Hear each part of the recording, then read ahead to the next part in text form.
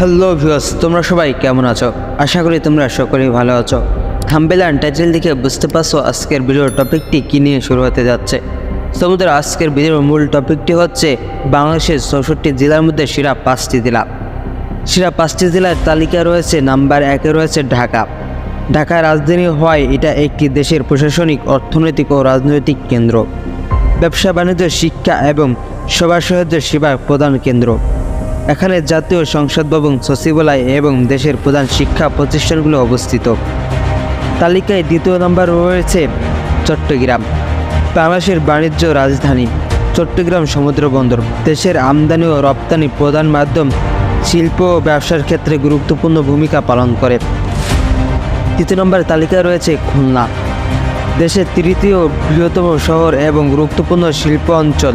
মোংলা বন্দর ও খুলনা সেবাইঘাটের জন্য বিখ্যাত। সুন্দরবনের কাছাকাছি হওয়ায় পরিবেশগত গুরুত্ব রয়েছে।